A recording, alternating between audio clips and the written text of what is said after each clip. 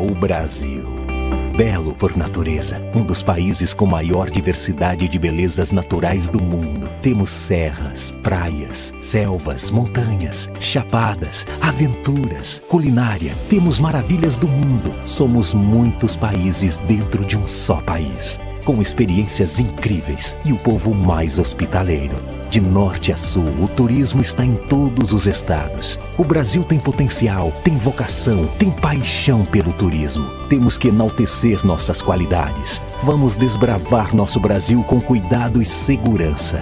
Inspire-se e volte a planejar. Mantenha vivo seu desejo de viajar, voar, navegar, explorar, experimentar. Faça parte do movimento Supera Turismo, a união de todos que amam viajar e amam o Brasil. Fale com seu agente de viagem. É o momento do Brasil ser o seu destino.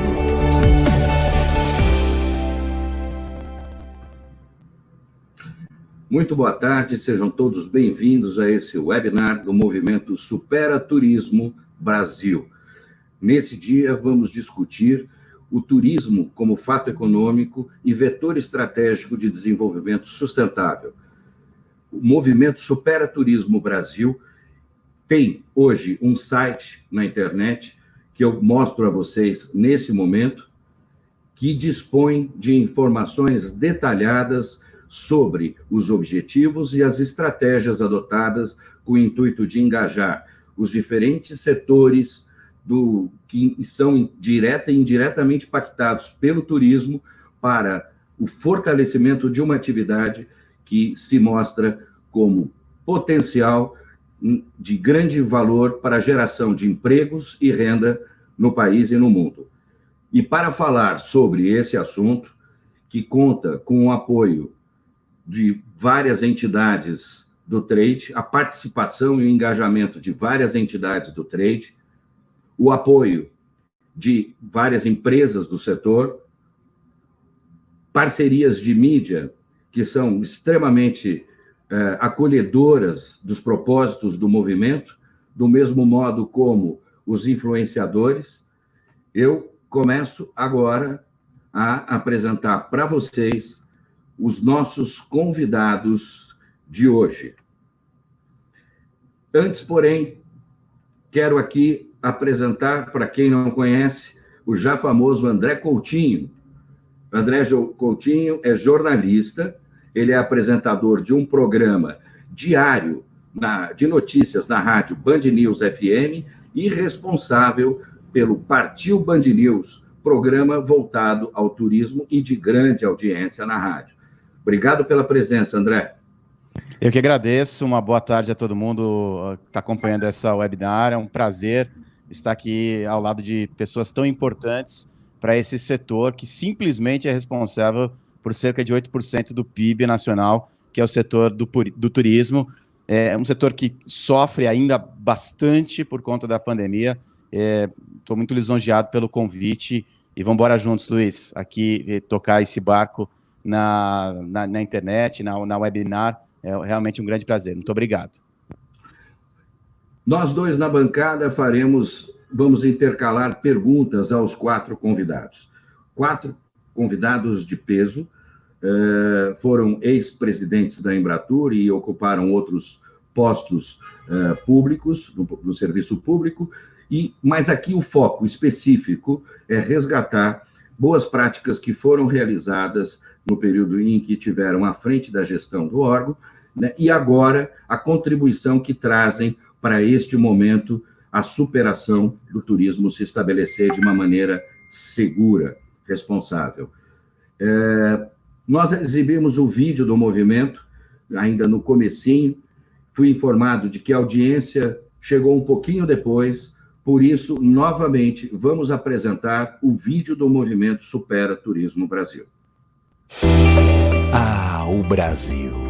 Belo por natureza, um dos países com maior diversidade de belezas naturais do mundo. Temos serras, praias, selvas, montanhas, chapadas, aventuras, culinária. Temos maravilhas do mundo. Somos muitos países dentro de um só país, com experiências incríveis e o povo mais hospitaleiro. De norte a sul, o turismo está em todos os estados. O Brasil tem potencial, tem vocação, tem paixão pelo turismo. Temos que enaltecer nossas qualidades. Vamos desbravar nosso Brasil com cuidado e segurança. Inspire-se e volte a planejar. Mantenha vivo seu desejo de viajar, voar, navegar, explorar, experimentar. Faça parte do movimento Supera Turismo, a união de todos que amam viajar e amam o Brasil. Fale com seu agente de viagem. É o momento do Brasil ser o seu destino.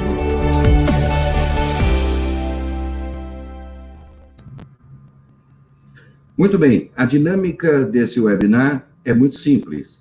Nós faremos uma pergunta e essa pergunta será respondida pelos 4 convidados. Esses convidados terão 5 minutos para responder a primeira pergunta e as demais serão respondidas no prazo de 3 minutos. A nossa equipe de apoio do grupo R1, que oferece o suporte à tecnologia da transmissão desse webinar, e em nome do Rafa e do Juan Pablo, eu agradeço esse apoio, estará sinalizando o prazo de término a partir de 30 segundos restantes para as respostas, 15 segundos antes das respostas, para que a gente possa garantir uma boa dinâmica e o maior número de perguntas possam ser respondidas. As perguntas devem ser feitas e encaminhadas exclusivamente através do chat do YouTube, do canal R1 no YouTube. Muito bem, sem mais delongas, eu queria, então, fazer a minha primeira pergunta a ser respondida pela ordem, né? Caio Luiz de Carvalho, né, a quem eu dou as boas-vindas e agradeço a presença, né? E, na sequência, a mesma pergunta respondida pelos demais ex-presidentes da Embratur. A pergunta é, Caio, qual o papel do agenciamento de viagens na retomada, especialmente na oferta de destinos domésticos? Bom, primeiro, é um prazer enorme estar com vocês aí, com o Eduardo, que hoje tem uma missão muito importante à frente da ABAR, né? A Janine, consultora, amiga querida, né? O Vinícius, que está aqui, com quem eu tive o prazer de estar ontem aqui na Band, num debate no Fórum Políticos. Enfim, eu acho que cada um de nós teve uma contribuição aí importante nessa questão do turismo enquanto indústria, como fato econômico, como produto de exportação e tudo mais. De fato, nós estamos aqui hoje num momento muito especial, que daria aqui para cada um de nós falar 30, 40 minutos. Hoje, ainda de manhã, troquei algumas ideias com o Eduardo Sanovic sobre isso. Eu vejo que a coisa mais importante no momento é fazer aquilo que é muito difícil você materializar, que é o pensar em criar e fazer diferente, né? Óbvio que todo mundo há um consenso, né? Vendo as pesquisas, vendo os estudos, as conferências, as opiniões dos agentes de viagem, dos operadores, está todo mundo consciente que o caminho é o doméstico, né? Aliás, o caminho doméstico que sempre foi o que sustentou, de certa forma, a indústria do turismo nacional. E foi assim em 2001, quando nós tivemos o World Trade Center, e à época eu estava na Embratur, quando nós tivemos aquela tragédia, e senti o impacto do que foi para todos nós aquele momento, né? Perdemos no mesmo ano, e naquele mesmo ano, a Soletur, a VASP, a Transbrasil, tivemos o SARS, ou seja, a Organização Mundial do Turismo, à época, traçou um cenário mostrando o que acontece com o setor e com a economia mundial na área de viagem e turismo no mundo quando nós temos cenários de ingovernabilidade. O cenário de hoje é de total ingovernabilidade. Então, criatividade, obviamente que aqui a gente teria que falar sobre uma série de questões. Eu vi um trabalho muito interessante que foi feito com vários operadores aí a respeito do assunto. Tem uma pesquisa muito interessante do Virtuoso, onde faz com 1.800 pessoas análise de quais seriam as vontades depois desse momento que estão passando, né, da pandemia. Inclusive, isso foi feito em junho, prevendo que a partir de julho já haveria. E aqui fica claro, né, que a maioria vai viajar de carro, quer viajar para destinos de 3, 4 horas próximo de si, de avião, com 3 horas de avião. Agora, o fundamental é você tentar exercitar a criatividade. Eu vejo na área hoteleira, por exemplo, algumas iniciativas que não digo que vão dar resultado, mas são meritórias, porque é um exercício de criatividade que está sendo feito, como, por exemplo, fez a Cor em transformar quartos de hotéis em salas de home office, por exemplo, ou então de moradias, porque realmente é um cenário nunca imaginável, e não é a mesma coisa do que aconteceu em 2001, quando da tragédia do World Trade Center, quando no próprio ano 2001 as coisas voltaram ao normal, né? Dessa vez, exige mais do que isso. Claro que todo mundo fala em protocolos, né? Protocolos hoje são quase que uma commodity, é obrigação para todos os que trabalham no turismo trabalharem e com os seus fornecedores, com todos aqueles que fazem parte da cadeia produtiva, esses protocolos. Isso está sendo feito de uma maneira muito competente aqui e no mundo. Agora, temos cenários aí a serem enfrentados, né? Eu tenho receitas, eu acho que não dá para falar isso tudo nessa primeira pergunta, não receitas, mas experiências que nós fizemos à época. Sem dúvida, campanha é importante fazer. Naquela época, em 98, na época o Dornelles era ministro da Indústria e Comércio, nós conseguimos fazer uma campanha que é você precisa conhecer melhor esse grande país, onde você chega e está em casa. Foram campanhas muito fortes que nós fizemos à época com o apoio da Rede Globo e tudo mais, e que tiveram um impacto muito grande na mudança do perfil, por exemplo, das operadoras. Naquela época, nós tínhamos 60% das operadoras que faziam internacional e 40% que faziam nacional. Isso mudou. Pois tive uma outra experiência aqui, como tantos dos companheiros tiveram nas suas atuações à frente da Embratur. Tive uma muito interessante aqui, que cairia muito bem agora, que é o turismo de tanque cheio, que eu fiz aqui, junto com cartão de crédito, junto com uma cadeia de postos de gasolina, que quem chegasse com o ticket de um posto de gasolina fora de São Paulo, numa sexta-feira à noite, teria um check-in mais cedo e sairia só no domingo mais tarde, com descontos em mais de 80 hotéis da capital. Ou seja, são alguns exemplos. Agora, a receita, eu acho que vai ser uma receita de cada um, até porque eu tenho um ponto de vista que o fenômeno da globalização tem freios agora, né? E isso vale para nós aqui. Cada um tem que cuidar do seu pedaço, do seu negócio.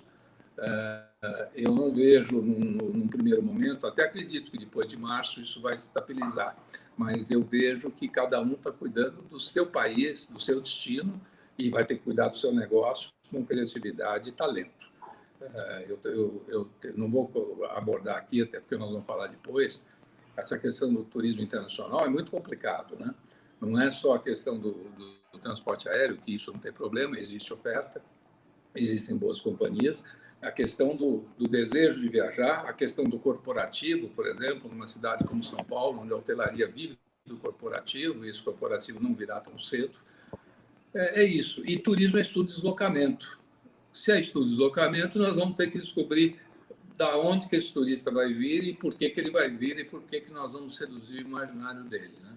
Eu acho que eu sintetizaria aí, mesmo anarquicamente, um pouco dessa visão. Eu, que ao contrário dos companheiros aqui presentes, estou meio afastado disso graças a esse momento muito feliz que eu estou vivendo aqui na TV Bandeirantes. Ok, Caio. Pela ordem, eu vou cronológica, eu passo a pergunta agora para o Eduardo Sanovics. Eduardo, nesse cenário, né, qual o papel do agenciamento de viagens na retomada, especialmente no que diz ao mercado doméstico, as viagens domésticas? Eu creio que a cadeia produtiva tem vários atores reposicionando o seu espaço e reposicionando a sua atuação. O agenciamento tem um papel especial por conta da demanda nova que vai surgir e do público que a gente vai ter que buscar. Eu queria reforçar o que eu disse o Caio, é óbvio, pela manhã falava disso no Fórum da Band, da relevância e da predominância agora do turismo doméstico, da viagem de curta distância, da viagem dentro do próprio estado, da viagem a destinos nos quais você se desloque até 2 horas, 2 horas e meia. Esse vai ser o primeiro momento de retomada. Mas há um segundo público, e aí o papel do agente, o papel do operador é fundamental, porque é um público que, nas últimas temporadas, viajou para o exterior. Esse público, nos últimos 3, 4 anos, é um público que foi de São Paulo conhecer Amsterdã, conhecer Miami, conhecer Lima, conhecer Madrid, mas boa parte dele não conhece Bonito, Iguaçu, Noronha, não conhece os destinos nacionais. E vale a pena aqui fazer uma conta. O Brasil, quando a Varig parou lá atrás, lá se vão quase 18 anos, na época que eu estava à presidência da Embratur, nós tínhamos 6 milhões de assentos conectando o Brasil com o mundo. Agora, nesse momento pré-crise, eram 14 milhões de assentos conectando o Brasil com o mundo, sendo 3/4, quase 4/5, ocupados por brasileiros indo e voltando. Fazendo uma conta muito rápida, são aproximadamente 2 milhões de passageiros, de um poder aquisitivo que foi, digamos, lambido pela crise. A crise não cortou o braço, não cortou a mão de nenhum destes passageiros, e a este público, estas operadoras, estas agências, às quais eles recorrem para organizar suas viagens, agora podem oferecer o produto nacional, podem oferecer os destinos nacionais. Portanto, a retomada das vendas de boa parte dessa cadeia produtiva, eu creio que está ligada ao mesmo segmento atendido com um novo propósito de viagens. Só num segundo momento é que nós vamos ver essas viagens mais longas se colocando e, eventualmente, as viagens internacionais se retomando. Por um lado, pelas dificuldades que nós temos do ponto de vista de trazer o público de volta para esse voo mais longo, por outro, por conta da imagem do Brasil está em processo de franca e rápida deterioração, por conta das notícias que saem pelo mundo em relação à forma pela qual estamos conduzindo o combate à crise em todo o planeta. Nós estamos sendo excluídos do direito de ingresso na Europa, nos Estados Unidos e em diversos países. Eu creio que este equacionamento, portanto, vai se dar no segundo momento. Assim sendo, reforçar a nossa necessidade de atuação conjunta e coordenada, as ações de protocolos de segurança, as ações de campanha e as ações de parceria. A BEAR vem se envolvendo em muitas delas, com o Convention Bureau, com a Secretaria de Turismo do Estado, com o Supera Turismo, e estamos à disposição para continuarmos com todos os outros agentes que eventualmente nos procurarem. Eu creio que é, portanto, esse o papel central do agente, o papel central do operador, de se colocar como grande consultor desse cliente, ofertando a ele destinos que muitas vezes ele não conhece. Nós temos casos à farta de passageiros que são capazes de descrever o nome dos canais de Amsterdã, mas não conhecem Recife. Nós vamos ter que agora superar esse desafio. Muito obrigado. Que agradeço, Edu. O Vinícius está em trânsito, demorou um pouquinho mais para entrar. Agradecer a presença, secretário, da sua presença. Estamos aqui agora seguindo uma ordem que seguimos prevista aqui, cronológica. Eu com uma pergunta, a pergunta, estamos limitando aí o tempo de resposta nessa questão inicial a 5 minutos, depois invertemos a ordem. A próxima pergunta, o secretário terá a prerrogativa na resposta. Janine, por gentileza, a sua resposta. Qual a importância das agências de viagens neste momento de retomada, especialmente no que diz respeito à oferta dos destinos domésticos? Olá, Luiz, André, Edu, Caio, Vinícius, um prazer enorme, todos que estão aqui acompanhando a gente. Bom, eu acho que existe um desafio imediato, que está muito ligado à sobrevivência das empresas, empresas pequenas, na sua maioria, médias, que têm um desafio grande de enfrentar um período em que o turismo paralisou e que a volta das atividades certamente será uma volta lenta, em etapas, vai ser diferente em cada lugar. E isso vai fazer com que também mude o perfil do cliente que vai atender a esse chamado das viagens e que vai adquirindo confiança em viajar na medida em que a gente vai administrando todos os temas que estão ligados à segurança das viagens. Mas, além desse desafio econômico, ele tem o desafio, então, de entender quem é esse novo viajante E acho que o agente de viagens, o operador, mas sobretudo o agente, ele leva uma vantagem interessante agora, porque se a gente tem um retorno no mercado regional, provavelmente ele está mais perto do seu cliente, ou ele pode prover um serviço de mais qualidade e, inclusive, ajudar a descobrir novos produtos, novas escapadas, novos lugares do Brasil, que vão ajudar muito a compor a oferta turística nossa, que precisa, de fato, ser melhorada, diversificada e etc. Segundo, eu acredito muito que a atuação das empresas precisa muito basear-se em dados, em estudos e informações concretas, né?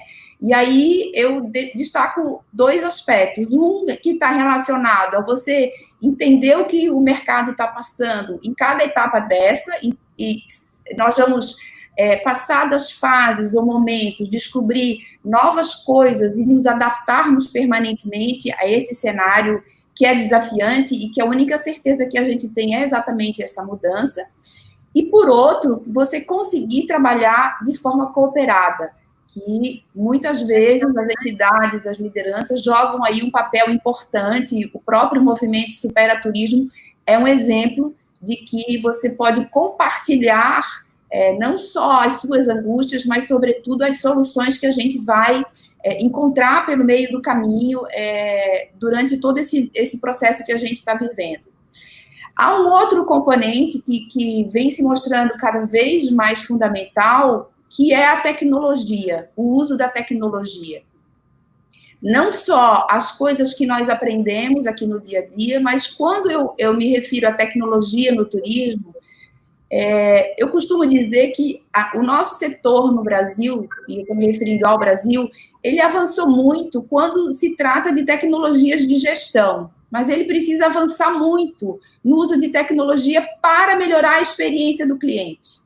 Ora, se a jornada da viagem terá novas etapas, terá novos desafios ligados a distanciamento, o processo no aeroporto, dentro do ônibus, dentro do avião, dentro do hotel, no restaurante, as tecnologias serão um grande aliado, não só para resolver esse tema, mas para acelerar também a melhoria do uso da tecnologia em vários aspectos que estão relacionados a essa experiência que o turista pode ter e que pode melhorar muito.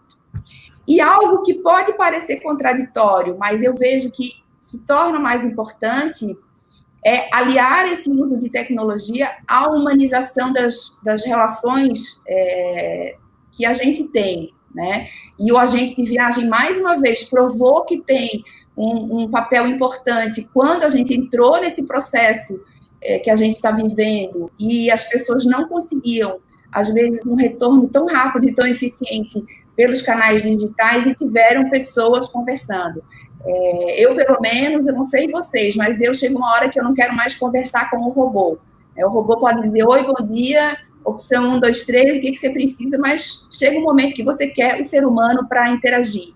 Então, todos os agentes da cadeia, eles podem ter um papel muito importante dentro desse cenário. A flexibilidade, para mim, será também um suporte à volta da confiança. Flexibilidade de tarifa, flexibilidade de remarcação, flexibilidade numa série de temas, em cada uma dos serviços que são ofertados nas viagens, para que a gente possa não desencorajar e não dar barreiras para os viajantes. E, por último, destacar, provavelmente, o papel de curadoria de conteúdo que os agentes terão para preparar todas as experiências novas que a gente vai ter.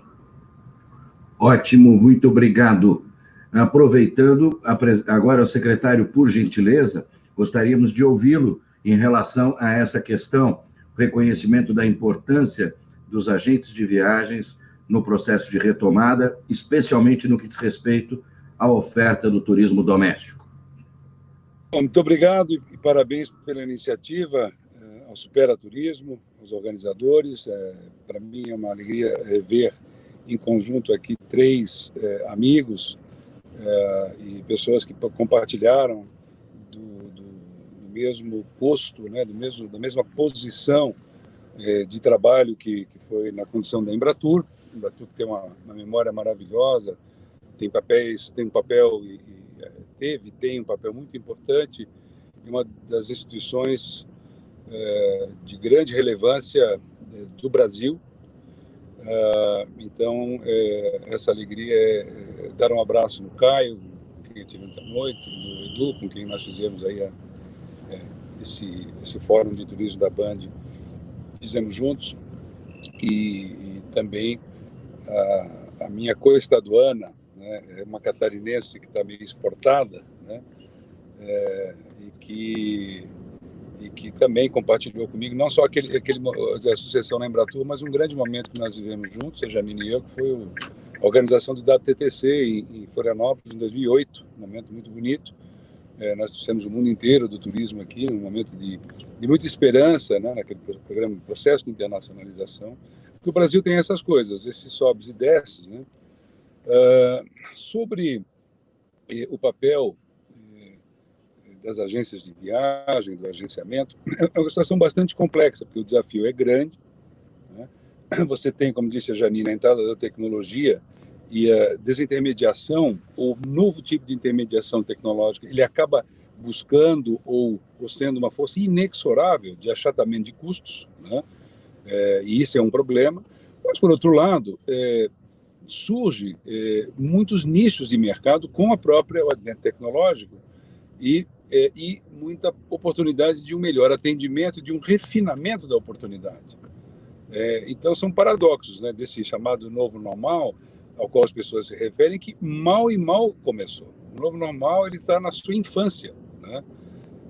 O que nós vamos viver daqui para frente, tudo indica, porque nós estamos falando disso 24 horas por dia, dormindo e acordados, tudo indica que é o início de um século biológico, onde nós estamos vendo de cada 4 em 4 anos, houve essa intercorrência de endemias virológicas, né, e agora a pandemia, né, e que nós vimos no século passado foi um início dessa forma, né, o início na gripe espanhola teve a ver com adaptação, quem mais e melhor se adaptou saiu primeiro da crise, está nos anais da história, mas foi um século ideológico, largamente ideológico, né?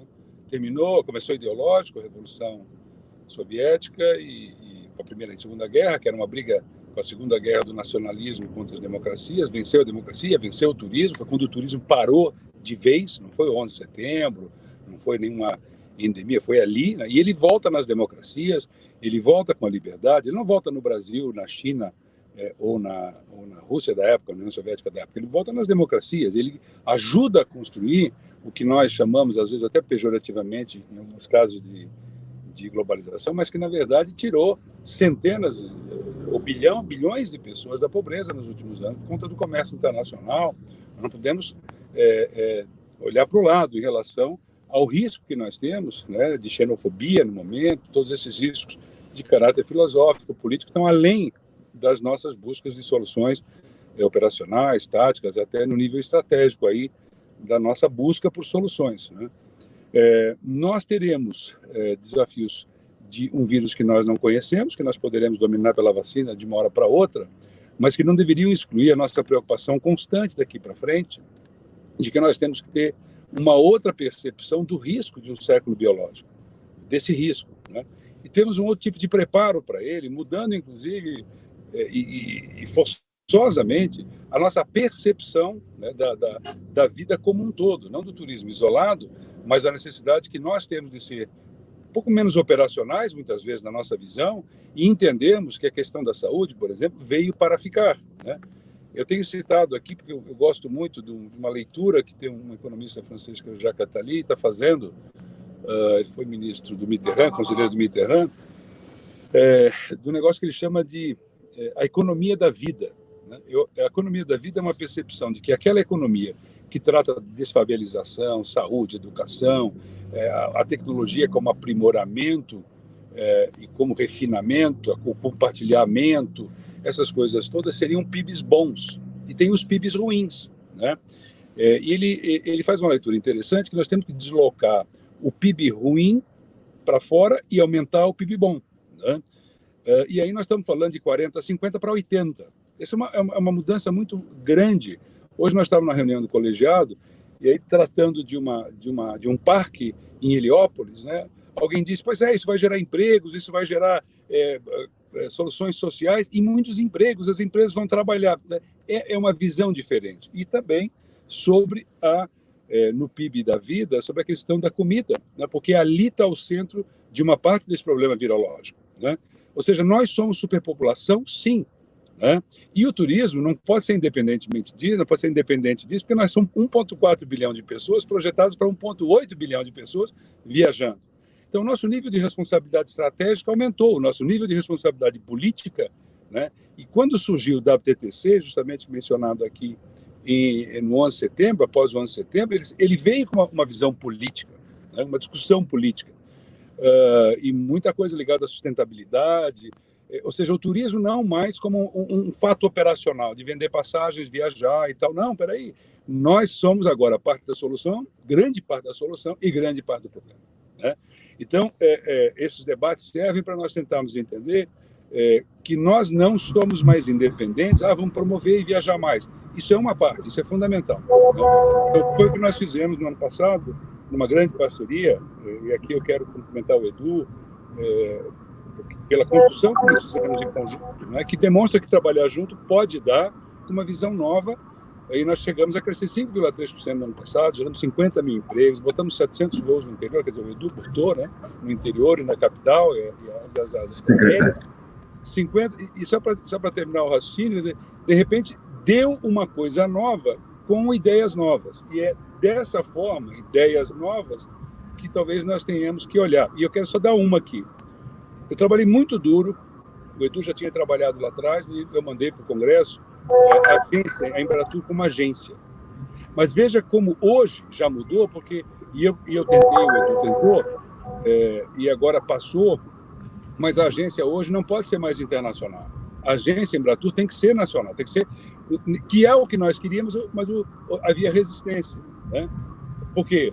Porque a promoção é uma especialidade no mercado sofisticado como o de hoje, e para estar do lado do mercado eu preciso estar mais preparado. Então, para ver que nós precisamos mudar a forma de olhar. Não é mais Embratur, na minha opinião.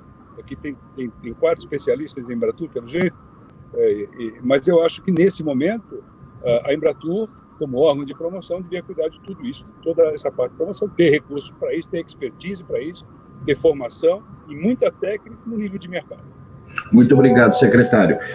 Como chegou um pouquinho depois, a gente estabeleceu que a gente vai trabalhar com um limite de prazo na resposta de 3 minutos. E as próximas perguntas agora serão feitas na ordem inversa, começando por Sigo. Quem fará a resposta é meu colega André Coutinho. Por favor, André.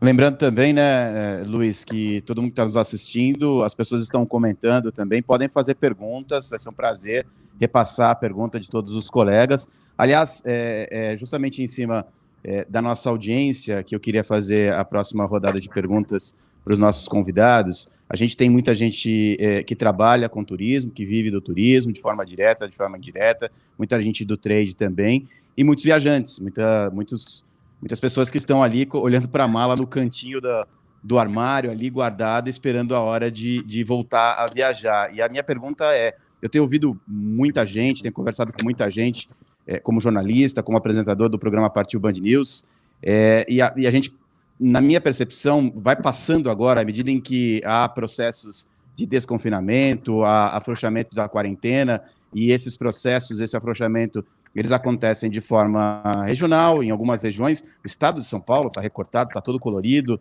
o secretário sabe muito bem disso. A grande pergunta, a pergunta do bilhão, já é a hora de voltar a viajar? Quando vai ser a hora de voltar a viajar? Eu acho que essa é uma pergunta que o trade faz, essa é uma pergunta que o viajante faz. A minha percepção, eu vou dar rapidamente, assim, se vocês me permitem, é que vai variar da confiança de cada pessoa, de cada viajante. E aí eu já emendo uma segunda pergunta que se complementa. A gente tem em setembro um feriado, e a gente tem alguns feriados em outubro e novembro. Eu sinto uma movimentação para os lugares que estiverem com a situação mais controlada, de uma retomada interessante para o Brasil e para o setor nesses feriados. Então, primeiro, senhor secretário. Olha, a pergunta assim, como é que nós estamos gerenciando isso em São Paulo? Nós temos um grupo de contingência, tem 20 epidemiologistas lá, e a técnica, ela está definindo, nós tivemos reunião sobre isso hoje, antes da coletiva, eu participei da reunião, discutindo esses graus de abertura.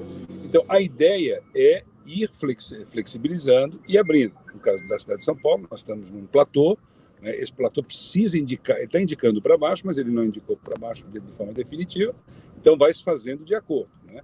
Agora, foi importante durante esse período, e aí vem a ideia da economia da vida, ou seja, entender o quadro como um todo. Também isso é possível, essa abertura, porque nós tínhamos 2.500 UTIs e botamos mais 3.700 UTIs. Houve gestão disso, né?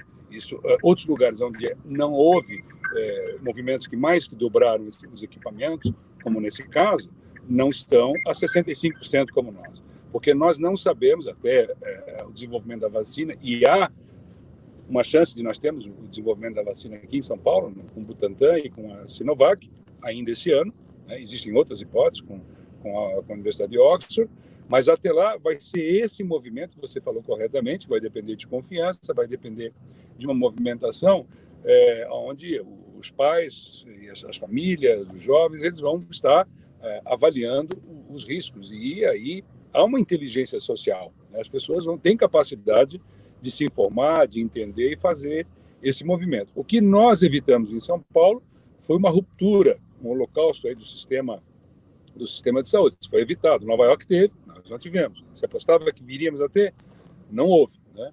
E agora, essa flexibilização, torcer para que ela seja o mais definitiva possível, que nós não tenhamos que voltar atrás. Houve alguns casos no interior de ter que voltar um pouco atrás. Hoje nós abrimos mais, não conseguimos abrir Campinas, por exemplo, né? Mas é preciso pensar que esse novo normal não é só usar máscaras, não é só fazer esse movimento, mas é também aumentar a capacidade de UTI, aumentar as soluções, né, de protocolos que nós já construímos com o trade, mas que poderão e deverão evoluir à medida que venham novas descobertas, venham novas tecnologias. Especialmente agora, por exemplo, em Dubai. Dubai tem uma solução que está lá no protocolo e está na propaganda lá da Emirates, né? Você vem atestado e quando você chega, testa na hora. Ora, é possível que daqui a pouco o teste seja mais rápido ainda e mais assertivo, né? E aí nós teremos melhores condições de ter corredores, né? De ter, lamentavelmente, corredores por um certo aspecto, mas por outro não, porque será premiar aqueles que estão com as melhores gestões da saúde. Não tem mais agora, no curto prazo, até porque as epidemias têm se repetido a cada 4 anos, e parece ser uma tendência, de nós desvencilharmos as coisas, né? Não há volta ao passado, há volta a um futuro que tem que ser manejado pela sua parte conhecida e até pela sua parte desconhecida, né? Que você vai manejando os seus efeitos e manejando as suas inovações, como disse aqui a Janine, na questão da tecnologia, poderá nos surpreender de uma hora para outra a nosso favor, contra não. Janine, a mesma pergunta com relação a esse retorno, né? É claro que um sinal verde global é a vacina, mas me parece que a vacina está numa fase muito avançada, mas ainda para esse ano, em especial esses feriados que eu citei, talvez o iniciozinho do verão, essa vacina, esse sinal verde global não deve chegar. A confiança nas viagens já é óbvio, né? Um fator decisivo para que as pessoas sintam-se à vontade. As pessoas que eu tenho conversado no mercado sentem um início de movimentação de viagens ainda bastante tímido em alguns lugares onde você começa a ter atividade turística retomada. No entanto, o meu entender, pelo tudo aquilo que a gente vem conversando e ouvindo, nós teremos diferentes etapas e as coisas vão acontecer de forma diferente em cada lugar, né? Isso dentro do próprio Brasil. Você tem todo esse trabalho que o setor está fazendo, dos protocolos, dos cuidados, você tem toda a comunicação que as empresas precisam fazer de como elas estão lidando com esse tema, e você tem pessoas que têm mais confiança, que sentem-se mais à vontade, e você tem outras, por exemplo, mais velhas, ou que têm alguma questão de saúde, que vão ficar muito mais à vontade ficando em casa e vão ficar um bom tempo sem viajar. Então, existem diversos tipos de público que a gente vai ter que entender como lidar. dentro desse cenário, a coisa mais importante que eu vejo é a coordenação das ações. Esse é um fator decisivo, porque as experiências que a gente tem olhado são aquelas em que há uma coordenação, em que há uma mensagem única e que há um guia baseado em fatores científicos, em fatores de administração da pandemia, em fatores de oferta hospitalar e uma série de outros temas que vão compondo todo o cenário para que as pessoas comecem a voltar à sua vida de uma maneira menos preocupante, né? E dentro desse cenário, eu vejo que é essencial que a gente tenha essa coordenação para não acontecer. Por exemplo, hoje na Europa, você vivencia muita confusão de informação. Um país tem que testar antes, o outro tem que testar quando chega, o outro faz quarentena, o outro não faz quarentena. Então, isso tudo traz uma desinformação ao viajante e uma confusão que acaba ele não entendendo para onde eu posso, para onde eu não posso ir. Essa coordenação ela é fundamental. Infelizmente, quando a gente olha para dentro do Brasil, o nosso cenário é um cenário muito difícil, porque nós temos um platô da pandemia médio no Brasil extremamente alto, nós temos uma administração descentralizada, não fosse o SUS, que é um sistema estruturado, nós poderíamos ter ainda uma situação ainda mais complexa, que afeta, sobretudo, a população mais carente, né? E na medida em que você coordena isso tudo, então você permite com que o caminho seja traçado de uma forma mais assertiva. No entanto, eu acho que a gente tem que se preparar para ter um período aí de médio prazo, ainda com bastante paciência, para que a gente possa voltar às viagens de uma maneira mais universal. Seguindo a ordem, agora, obrigado, Janine. Eduardo Sanovics. Eu queria começar exatamente de onde concluiu a Janine. Eu creio que se alguém deve ser homenageado nesse país hoje, são os profissionais das equipes do SUS em todo o país.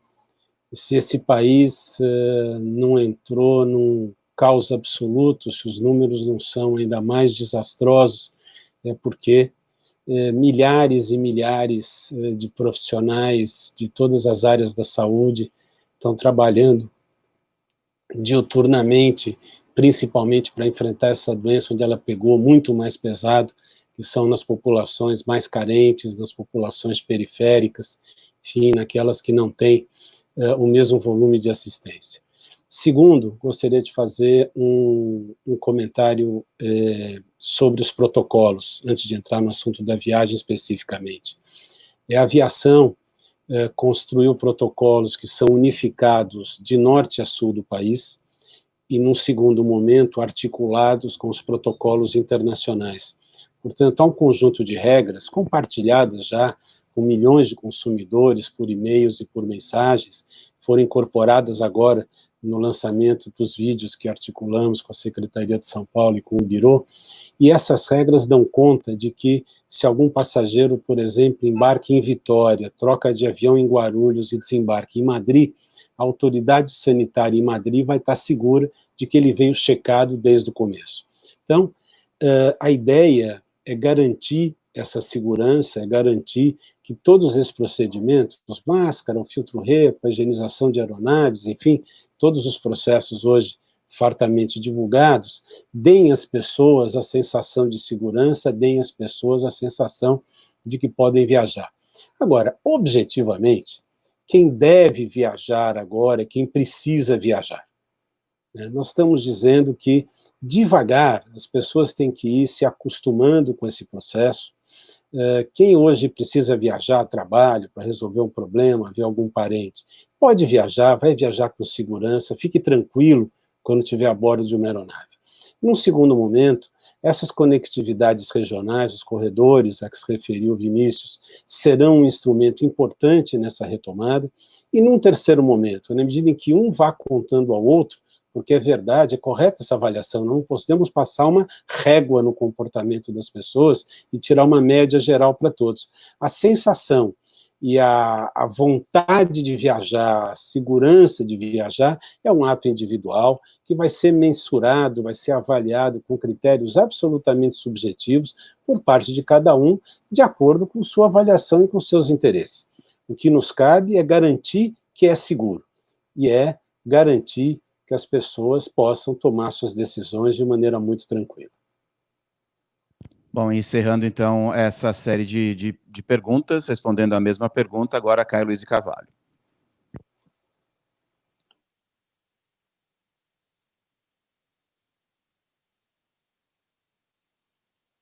A bola está contigo, Caio. Está me ouvindo? Tá ouvindo?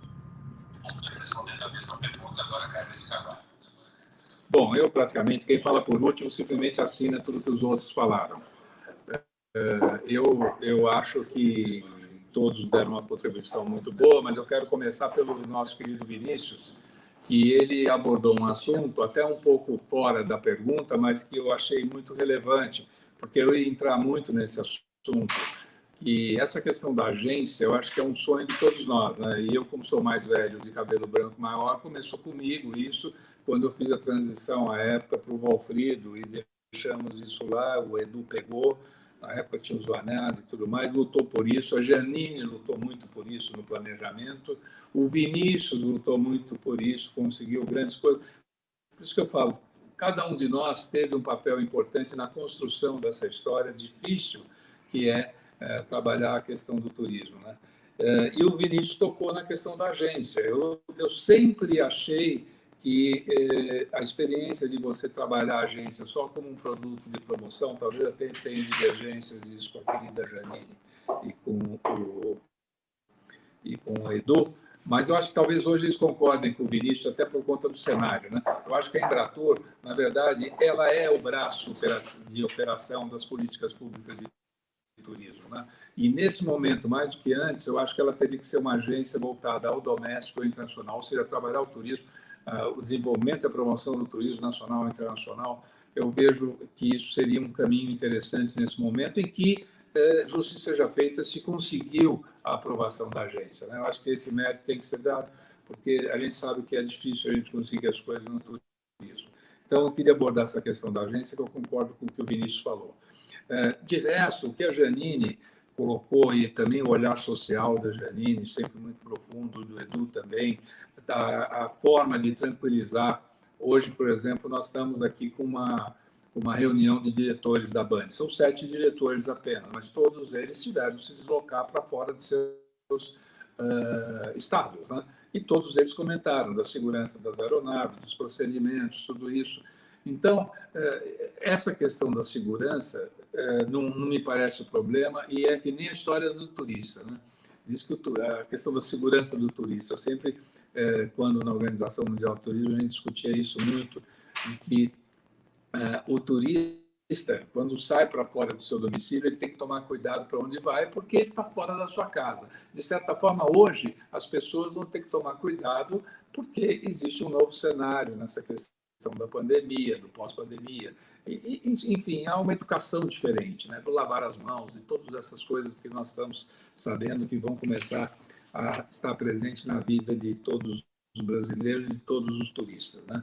Mas o Edu comentou algo que também me remete à necessidade de nós entendermos que é fundamental esses protocolos nacionais e internacionais, que é isso que as companhias aéreas estão fazendo, de estarem interligados e coordenados, porque isso vai dar uma certa tranquilidade para passageiros do exterior que venham para cá, numa nova retomada do turismo emissivo e receptivo, porque não vai ter sentido. Se isso não acontecer, eu acho que isso é de uma relevância profunda.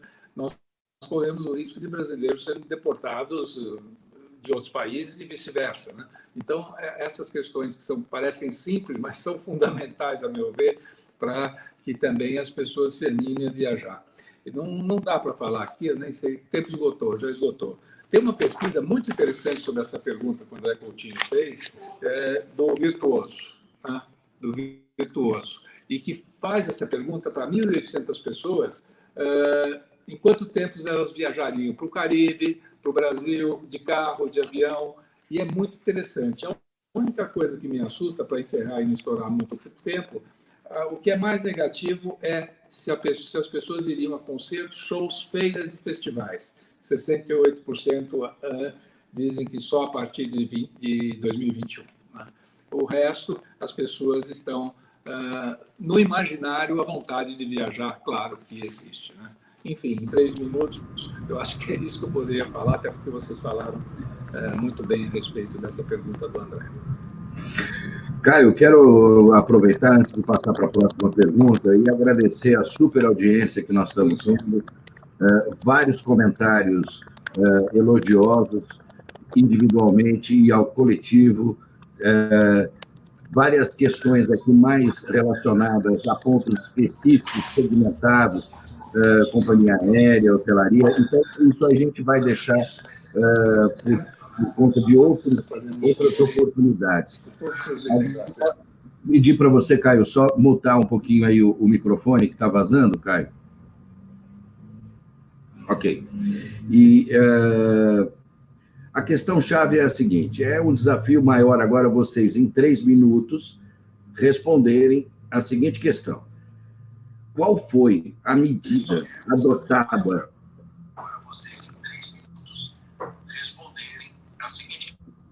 Ô, Caio, só vou pedir para você desligar o microfone, que senão dá retorno aqui. Desligar o microfone só, do mute ali. Aí você ouve, mas a gente não ouve o retorno. A pergunta é, na gestão em que você... à frente da Embratur, a época em que vocês estiveram à frente da Embratur, qual foi a decisão que vocês tomaram, que vocês consideram estratégica, fundamental para o fortalecimento do turismo como fato econômico e aumento da percepção da atividade turística, da riqueza turística do Brasil, né, por parte dos brasileiros, em todos os níveis, como vetor estratégico de desenvolvimento sustentável, né? Qual foi a medida marcante adotada na gestão de cada um de vocês? Começando pelo Caio, por favor.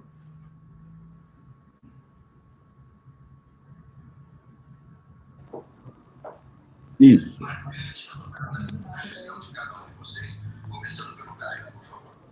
Bom, primeiro, desculpas, é que eu estou com problemas técnicos, como vocês perceberam aqui, né? Bom, eu acho o seguinte, eu acho que talvez eu tenha sido o mais privilegiado dos companheiros, porque eu acredito que todo mundo tem o sonho de ter continuidade.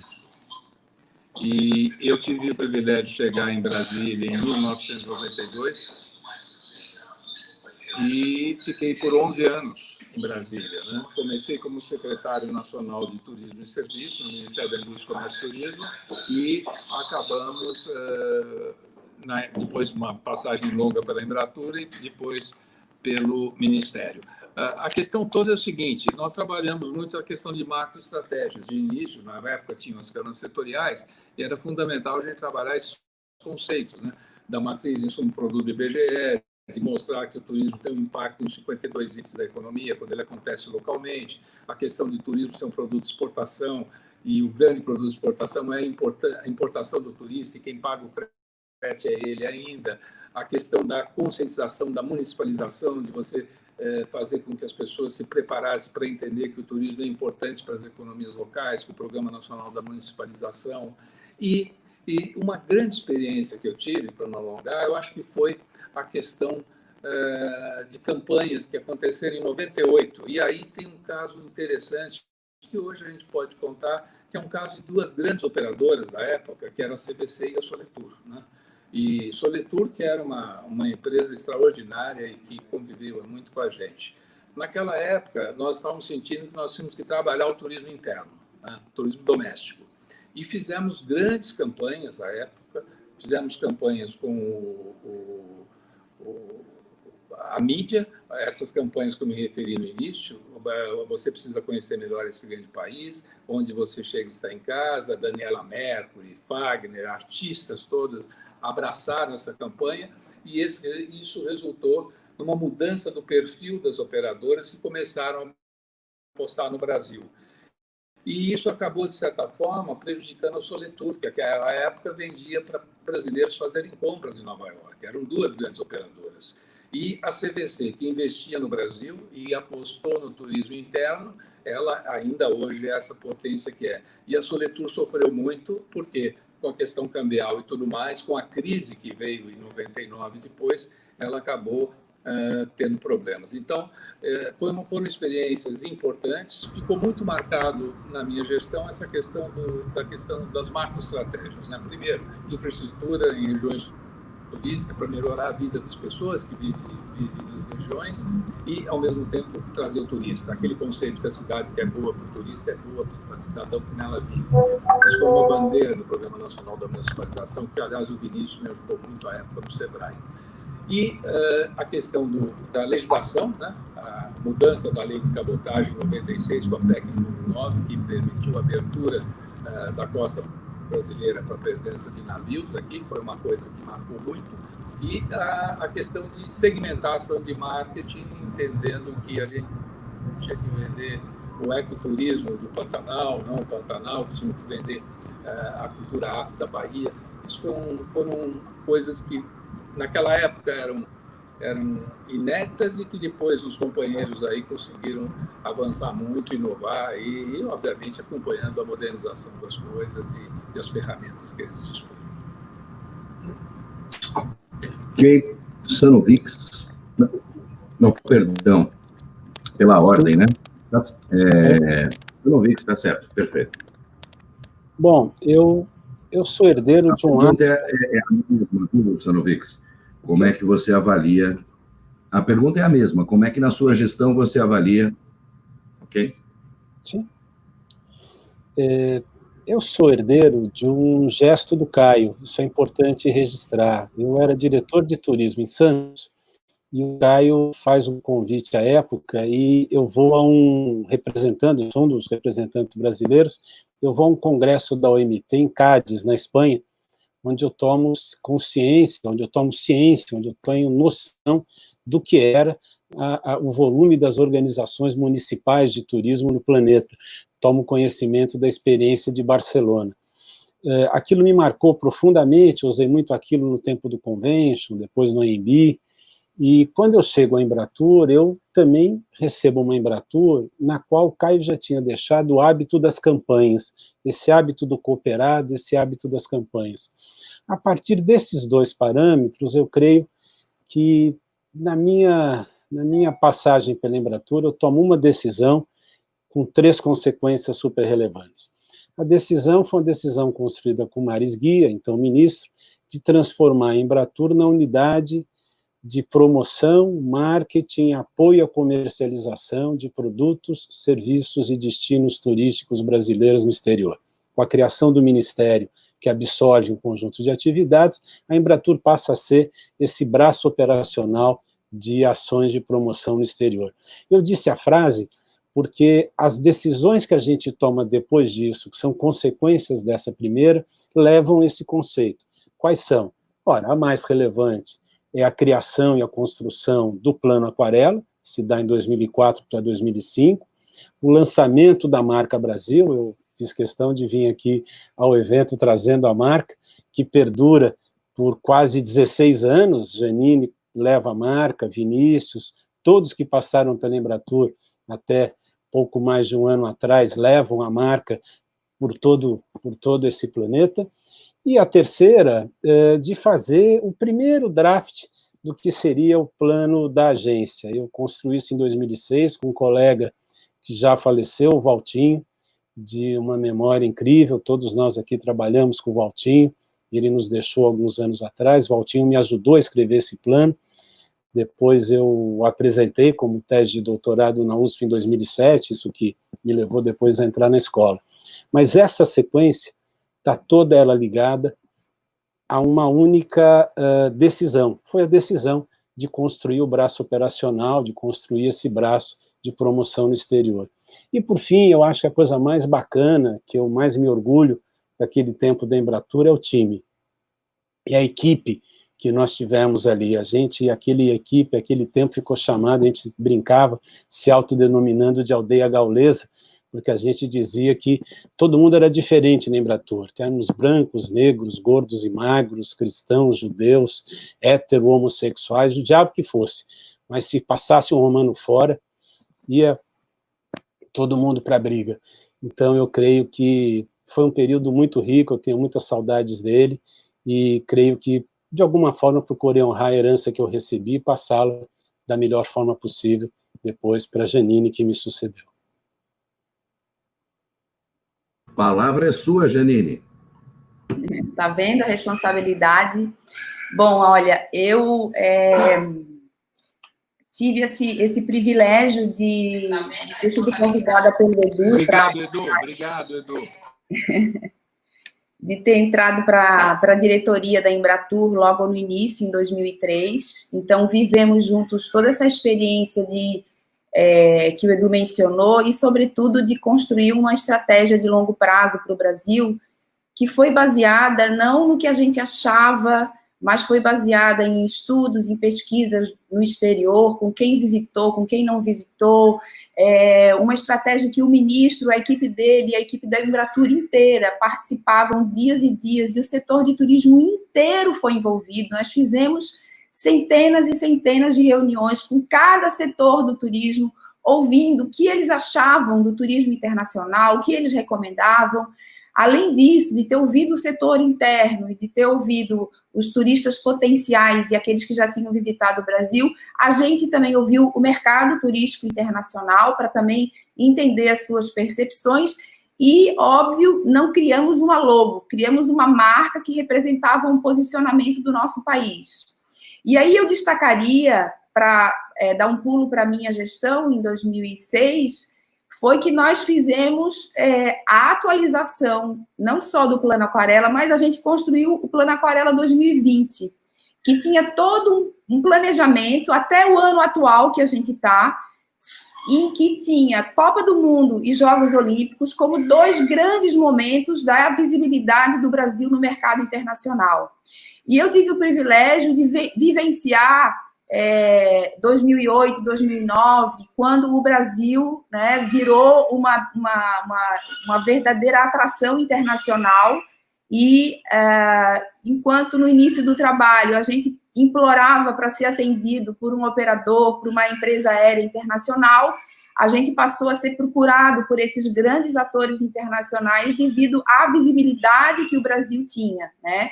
Então, lançamos uma campanha internacional em Nova York no dia que começou a crise de 2008, eu nunca me esqueço, foi no dia que a crise começou, a gente estava lançando uma campanha internacional, então foi uma experiência extremamente positiva e a sequência da criação da agência, como o Eduardo mencionou, que não é exatamente isso que foi aprovado, eu acho que existe o mérito de ter sido aprovado, no entanto, existe uma incongruência grande, porque criou-se uma agência de promoção internacional que passou a fazer doméstico somente até 6 meses depois de acabar a pandemia.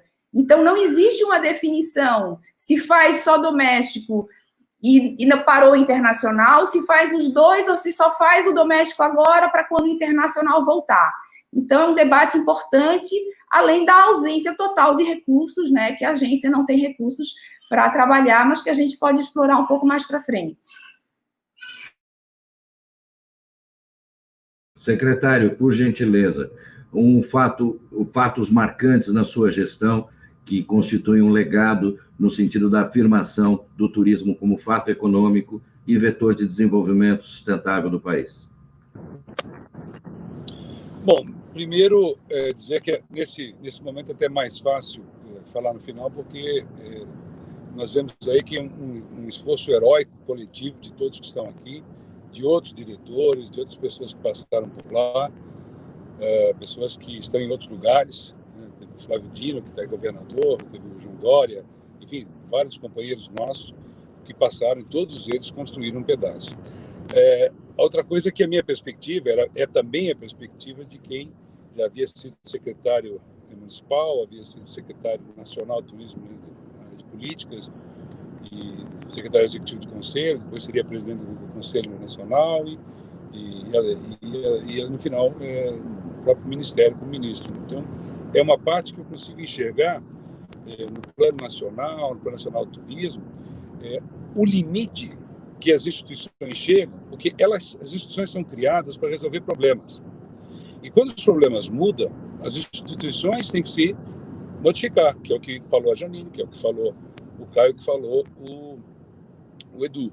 Ou seja, a solução institucional, burocrática, ela é uma feição, né, uma expressão da solução que se quer dar. Né? E o desenvolvimento institucional, ele vai para e passo com o desenvolvimento das economias, dos países, da política e do social.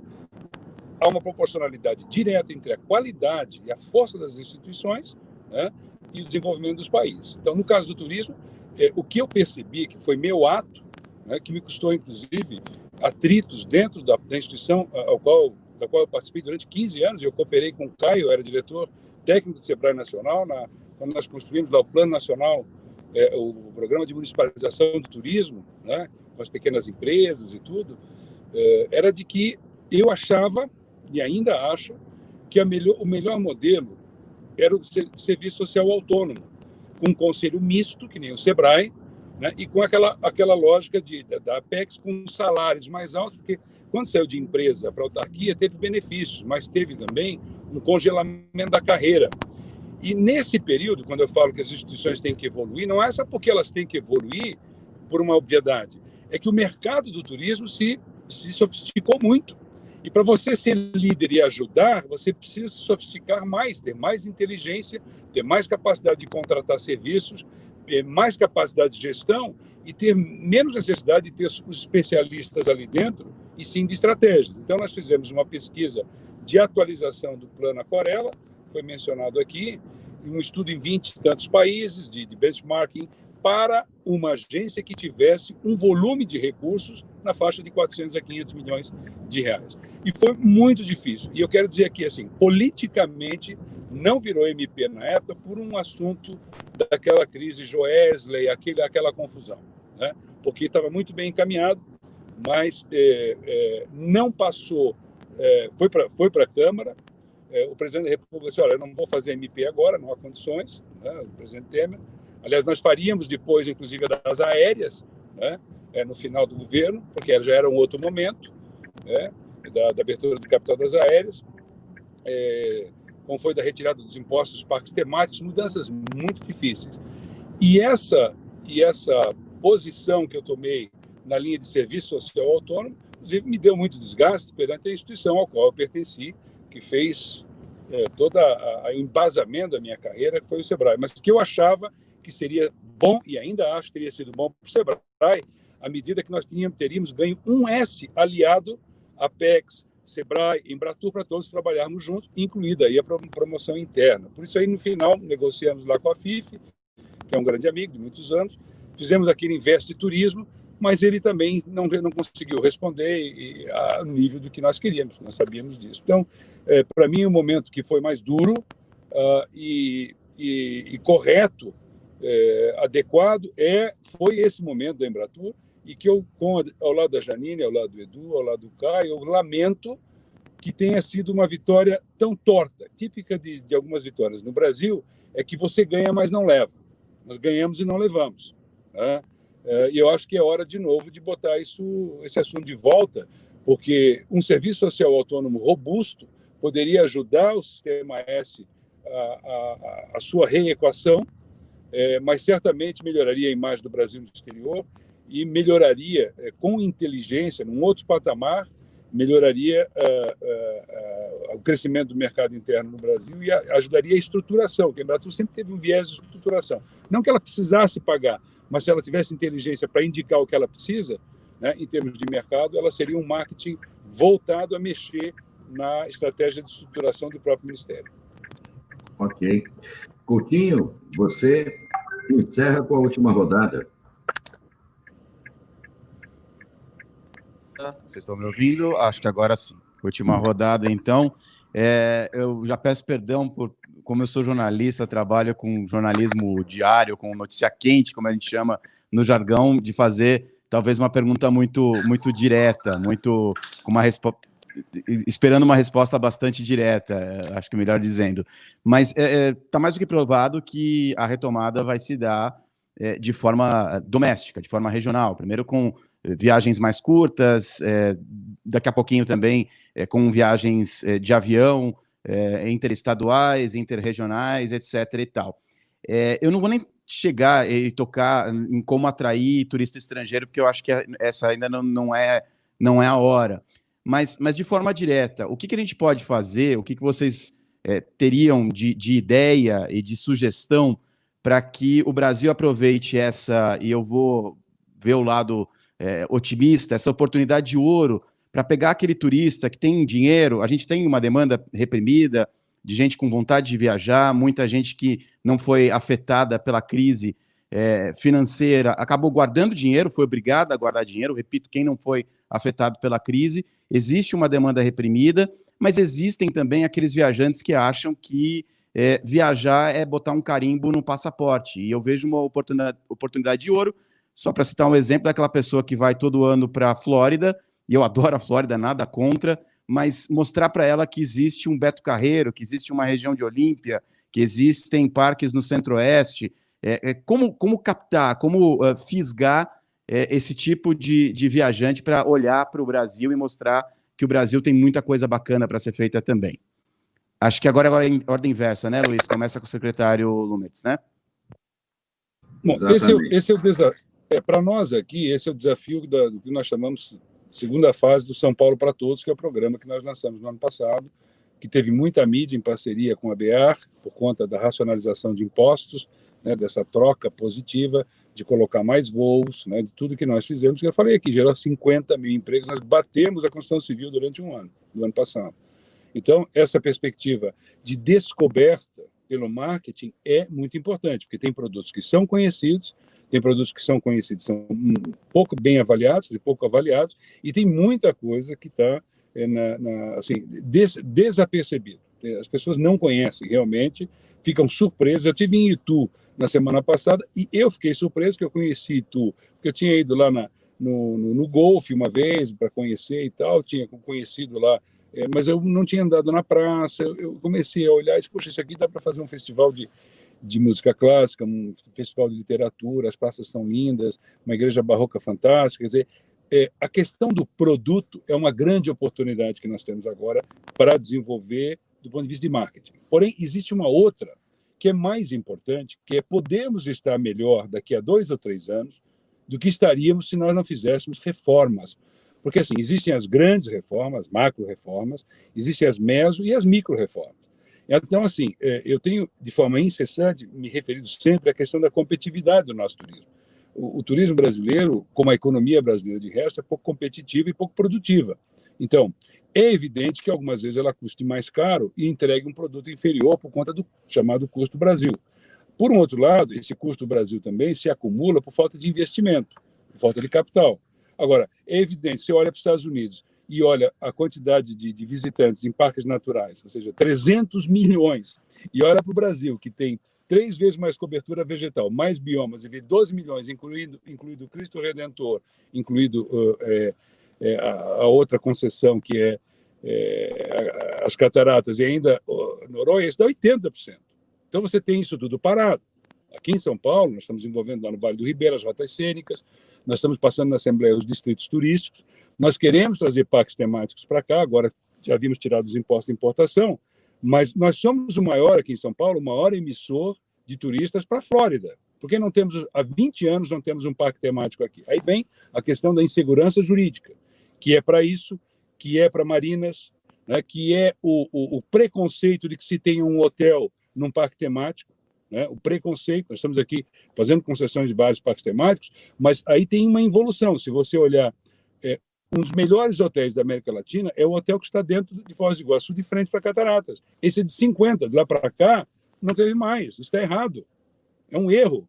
Quando nós olhamos a discussão dos cassinos e resorts, em resorts integrados, nós temos que nos posicionar, porque nós queremos ser um país da OCDE, os países da OCDE têm isso arrumado, Singapura tem, para mim, o melhor modelo, né?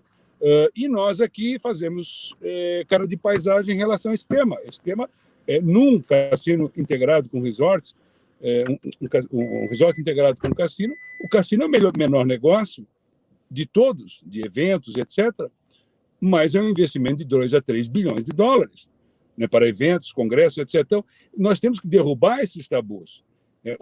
Aqui em São Paulo, nós estamos tentando derrubar os prazos para 60 dias de licenciamento.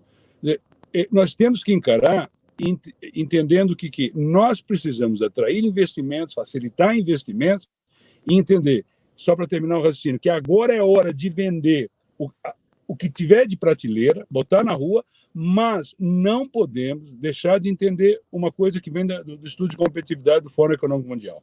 Ser o maior potencial natural para o turismo. Nós somos para agribusiness e somos para turismo. Nós já estamos cansados de ouvir isso. Sermos o 8º potencial cultural do mundo inteiro para desenvolver o turismo. Nós já sabemos disso. E sermos o 137º pior lugar do mundo para desenvolver uma empresa no turismo não faz sentido, né? O que rebaixa a nossa competitividade para 32, para 32º. Nós temos que montar e subir, porque nós temos capacidade de gerar emprego e nós temos a capacidade de, sobre ativos históricos, é o caso do Centro de São Paulo, por exemplo, despoluição de rios, meio ambiente, nós temos os ativos aqui e só ganhando escala, minha opinião, né? E dá uma outra discussão, mas só ganhando escala no turismo regional e nacional, nós poderemos ter o aperfeiçoamento e a maturidade do produto. É difícil, salvo exceções, você ter um produto direto que o cara viaje 10 mil quilômetros para conhecer se ele não tem maturidade. Não precisa ser volume, mas é maturidade, é bom gosto, é estética, né? é charme. E nós temos essa condição. O nosso papel é transformar o turismo nessa prioridade política, né? Argumentativa, demonstrativa. Deixa eu só dar um exemplo aqui para finalizar. Eu tenho discutido muito com os economistas, assim, o que vocês estão fazendo que vocês só querem medir setor primário, secundário e terciário.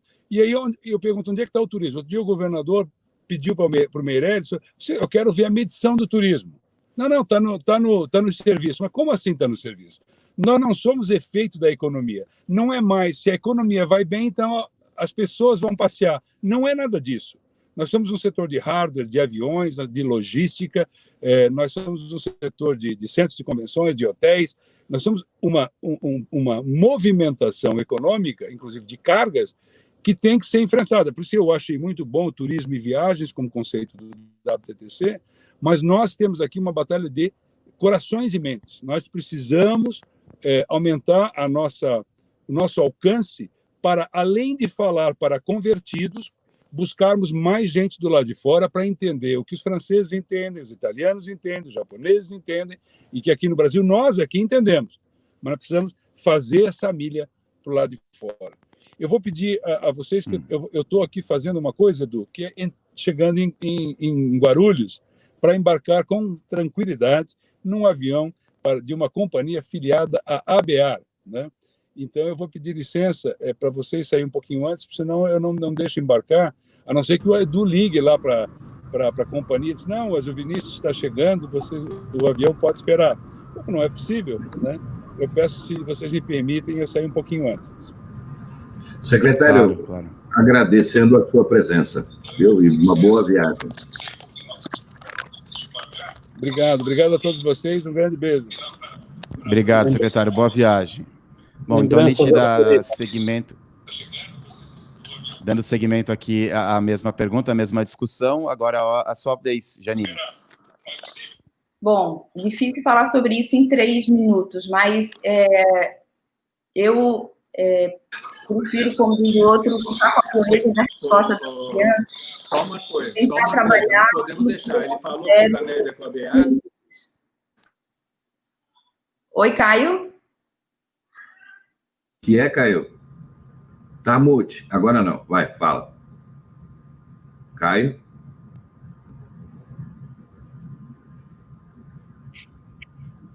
Acho que perguntou qual companhia aérea da BEAR, se ele falou. É essa a pergunta do Caio, é isso? Bom, vamos lá. Vou prosseguir aqui. Enfim, Agora voltou o meu som. O que eu disse é o seguinte, ele fez uma boa média com a BEAR, merecida, mas, na verdade, ele fez uma grande propaganda do turismo de carro pela cidade, pelo doméstico, né? Porque ele ficou no carro bonitinho, fazendo a live com a gente. Certo. Turismo multimodal. Vamos lá, gente. Não há... Eu vou fazer como candidato a presidente, quero que meu tempo seja descontado. Não há nenhuma dúvida de que agora a gente está trabalhando o mercado doméstico e de que é o principal mercado do Brasil. Mas se eu fosse hoje pensar na questão da promoção internacional do nosso país, eu diria que a gente precisava ter três momentos, né? Um primeiro momento é entender onde a gente está hoje, ou seja, fazer todo um levantamento de que situação nós estamos, quem vem para cá, quanto tempo fica, procurar as informações em pesquisas para entender a real situação do Brasil em cada um dos mercados. Depois eu construiria, lógico, uma estratégia de longo prazo e depois trabalharia a parte operacional disso. Mas isso é mais uma metodologia para você trabalhar a imagem do país.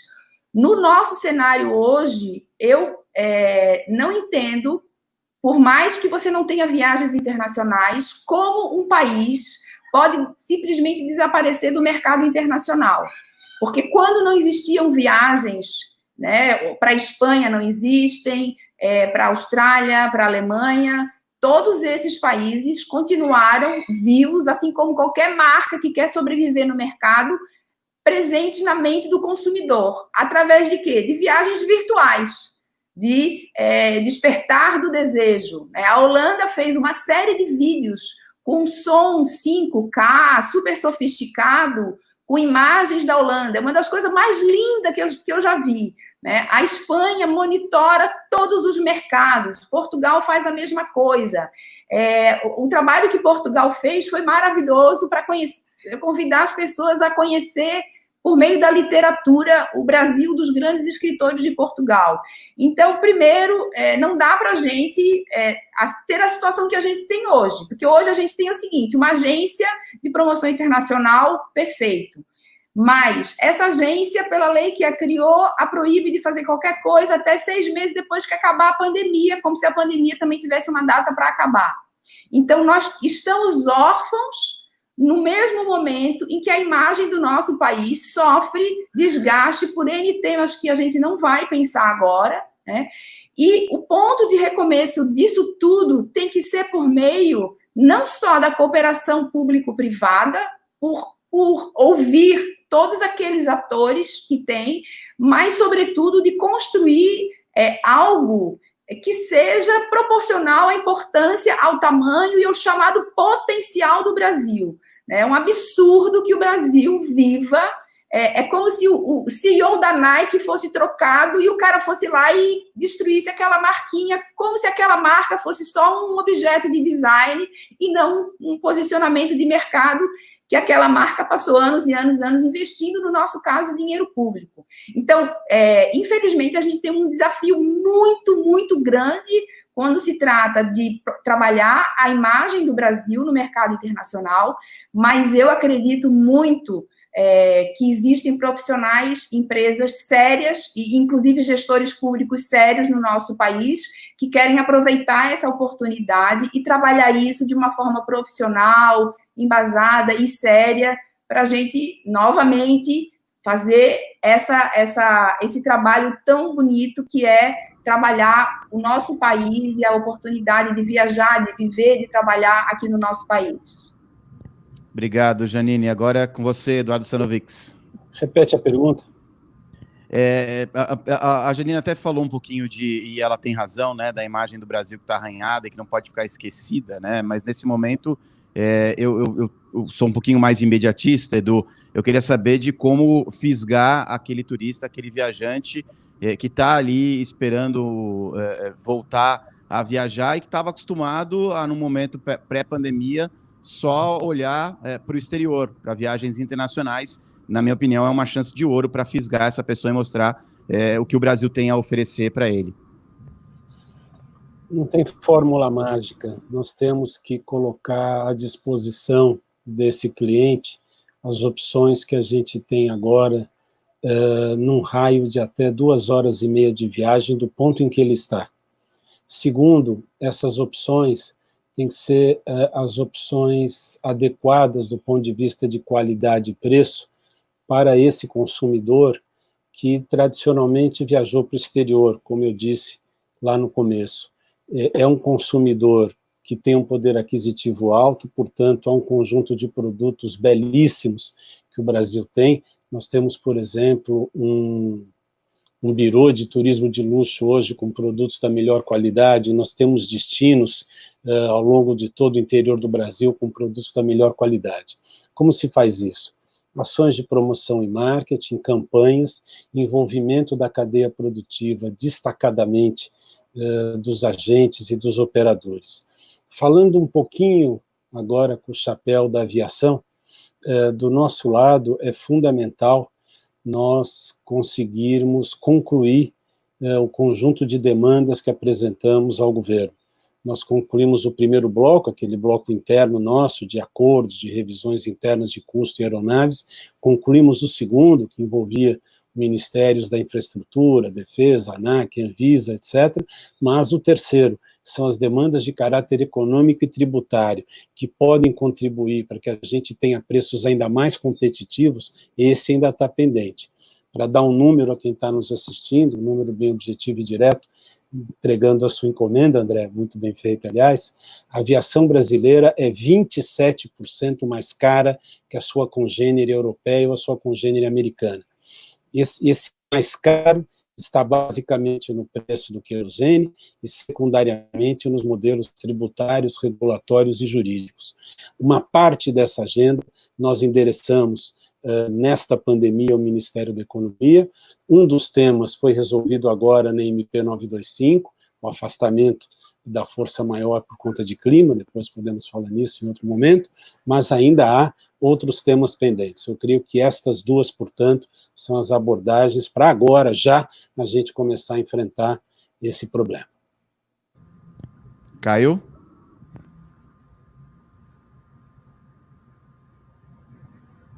Caio? Está ouvindo, Caio? Ele está com um delayzinho, eu acho que ele está ouvindo a gente pelo YouTube. Diga lá, Caio.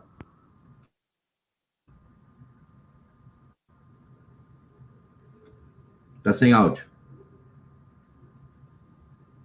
Está sem áudio, Caio.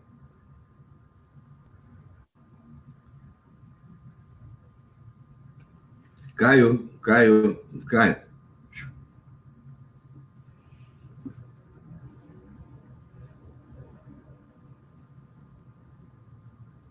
Acho que agora ele viu. Não. Caio. Tá mudo, Caio. Tá mudo.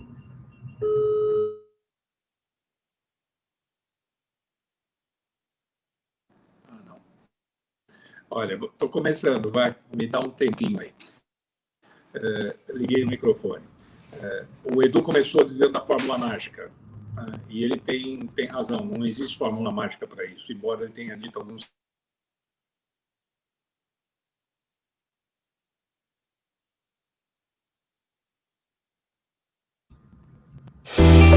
Ah, o Brasil. Belo por natureza, um dos países com maior diversidade de belezas naturais do mundo. Temos serras, praias, selvas, montanhas, chapadas, aventuras, culinária. Temos maravilhas do mundo. Somos muitos países dentro de um só país, com experiências incríveis e o povo mais hospitaleiro. De norte a sul, o turismo está em todos os estados. O Brasil tem potencial, tem vocação, tem paixão pelo turismo. Temos que enaltecer nossas qualidades. Vamos desbravar nosso Brasil com cuidado e segurança.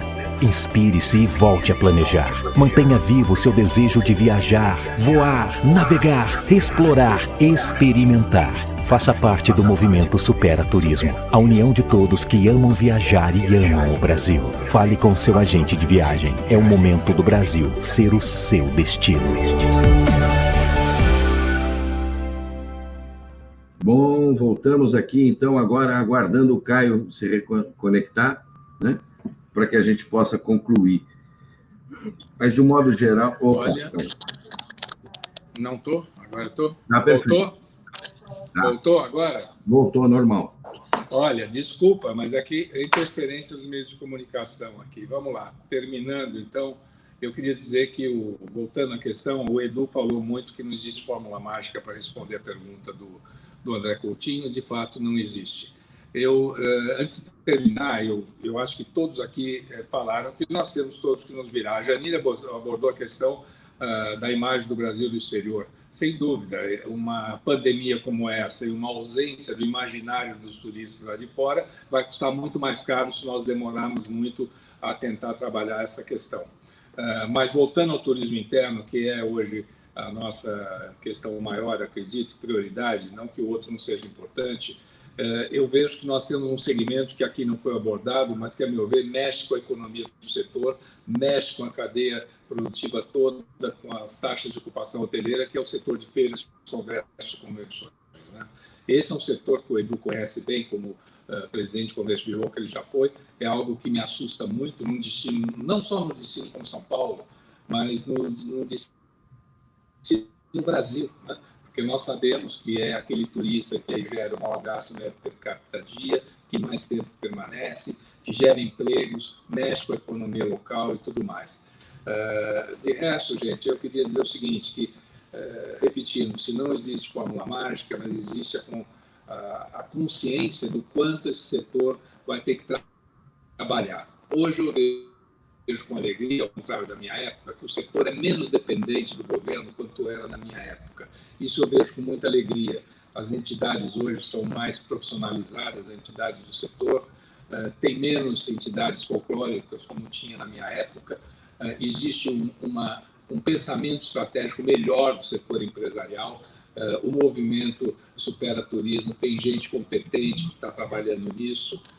Eu vejo aqui, por exemplo, quando eu assisto uma Janine falando com competência da experiência dela e essa preocupação dela com o internacional, que ela está certa, e aí nós temos muitas questões a pensar a respeito disso. O Plano Aquarela, que o Edu comentou aqui, do Joseph Chias, que era amigo comum nosso. Enfim, tem toda uma história aqui que nós juntos traçamos aí desde 92. E me vem à cabeça também um fato curioso, né? No caso, tanto o Vinícius como eu chegamos a ser ministros, né? Mas você veja a força dessa marca Embratur, né? Na realidade, quando você fala em turismo, você fala... A Embratur é aquela que, desde 1966, de certa forma, com desvios, com erros, com bobagens, com alguns desmandos em alguns momentos e tudo mais, o fato é que ela faz parte dessa história, né? Então, eu queria agradecer a presença de vocês. Eu praticamente aqui sou veterano disso, né? Mas óbvio que teria um elenco aqui de coisa. Eu estou falando com vocês e estou olhando aqui a questão dos nichos, trabalhar nichos, natureza.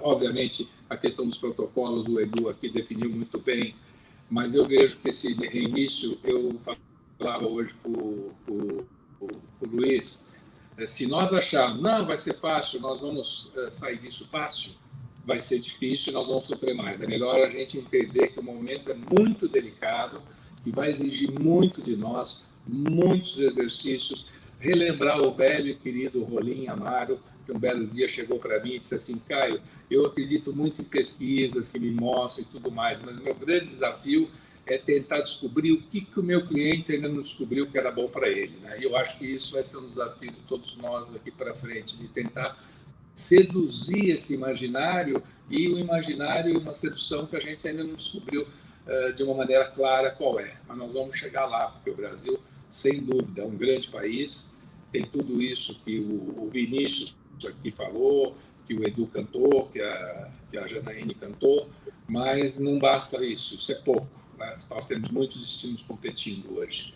E a gente vai ter que trabalhar muito, e o Grupo Bandeirantes aqui, eu conversava também hoje cedo, ontem nós fizemos o Fórum Band News aqui, o Johnny Saad, que é o presidente, ele está junto com esse grupo nosso, à disposição para ajudar a promover aquelas ideias boas, positivas, que saírem e que, de fato, acabem fazendo com que essa retomada seja saudável para o Brasil, gerando empregos e tudo mais, tá bom? O tempo esgotou e desculpe pelos enganos aí, pelas falhas de microfone e tudo mais, tá bom? Um beijo grande no coração de todos vocês aí, Luiz, André, Edu, a Janine, o Vinícius, que conseguiu a proeza de fazer propaganda do turismo de automóvel e tudo mais. Caio, muito obrigado, você, Janine, Edu, André, Vinícius, que esteve conosco. Em nome do movimento Supera Turismo Brasil, eu acho que assim que avançamos muito no momento em que conseguimos reunir a todos vocês, mostrando a força da união que esse setor tem, por reconhecer a importância que exerce no nosso país enquanto potencial, e mais do que isso, nesse momento, talvez ser o fator estratégico para a gente botar por terra, né, o complexo de cachorro vira-lata. Né? Porque se a gente tem imagem ruim no exterior, muito a gente reproduz quando lembra daquela piada. Ah, lá tem tsunami, lá tem terremoto, mas o povinho que tem lá, e a gente precisa mudar essa perspectiva. Isso, infelizmente, prevalece ainda numa baixa autoestima que está acabando, no nosso entender, e que esse movimento de resgatar a visão do brasileiro para a riqueza turística natural e cultural que o país dispõe, pode ser uma alavanca importante para a mudança de um cenário negativo para um cenário positivo. Edu, por favor, considerações finais de todos vocês, por favor. Para me despedir, eu queria fazer 3 comentários. Primeiro, o resgate, o Caio fez uma menção aqui, eu estou me penitenciando por não ter feito eu mesmo esse resgate da memória do X, que acho que foi fundamental, uma pessoa fundamental para a construção da nossa história, enquanto destino, por conta das diversas colaborações que ele deu a todos nós.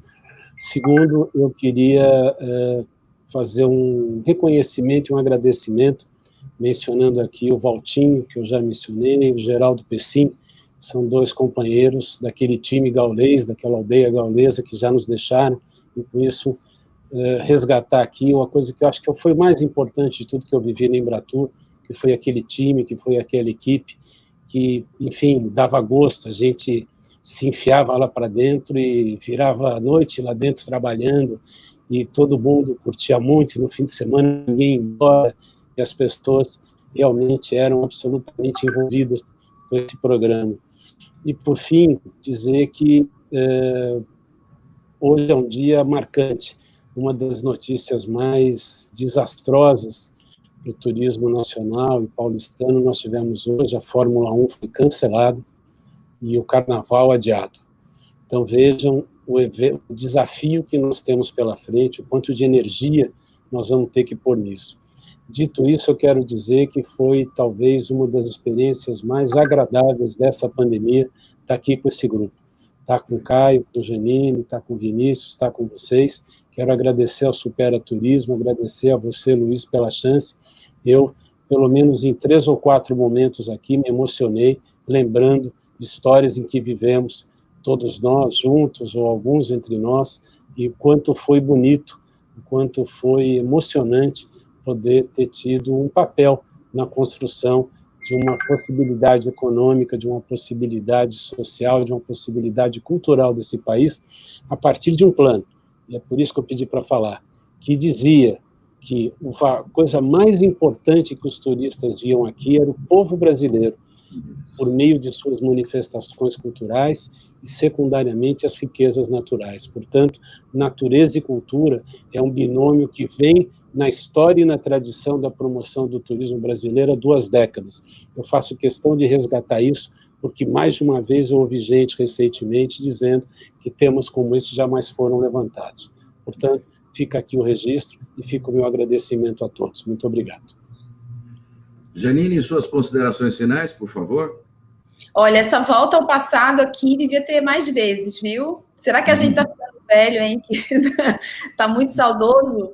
Mas, veja bem, eu só quero fazer, além de agradecer e parabenizar vocês e dizer que toda iniciativa que é conjunta e cooperada, eu sou fã e sou apaixonada, porque eu acredito muito nisso, e de dizer que estou com saudade de todos, porque a gente se alimenta da amizade das pessoas que a gente convive, mas falar 2 coisas que me fazem, todas as vezes que a gente vê um desafio pela frente, e que eu me pergunto por que eu gosto tanto e por que eu sou tão apaixonada em trabalhar no turismo. E essa pandemia me levou a uma certeza ainda maior, por um lado, porque toda essa situação que a gente vive, ela vai valorizar muito o relacionamento entre as pessoas, a preparação da nossa saúde mental, a nossa saúde física, emocional, viajar com amigos, familiares, tudo isso certamente vai estar presente na cabeça das pessoas, e o turismo é a indústria do bem-estar. Ela quer ajudar as pessoas a se revigorar para continuar a vida adiante. Eu acho que nós vamos ter essa oportunidade. E, por outro lado, que todo mundo mencionou aqui, o turismo é o maior aliado da recuperação econômica desse país. Né? O que a gente está vivendo de negativo mostra justamente o que o Edu mencionou e o Caio, é a importância econômica do turismo. Então, nada mais do que uma indústria que gera emprego, que valoriza a natureza, a cultura, e que quer viver o dia a dia das pessoas para que ajude e que seja um grande aliado na recuperação econômica do Brasil. Então, vamos continuar juntos. Obrigada por essa oportunidade, adorei, achei uma delícia essa tarde com vocês. Vamos terminar a semana bem. Muito obrigado. Algo a acrescentar, Caio?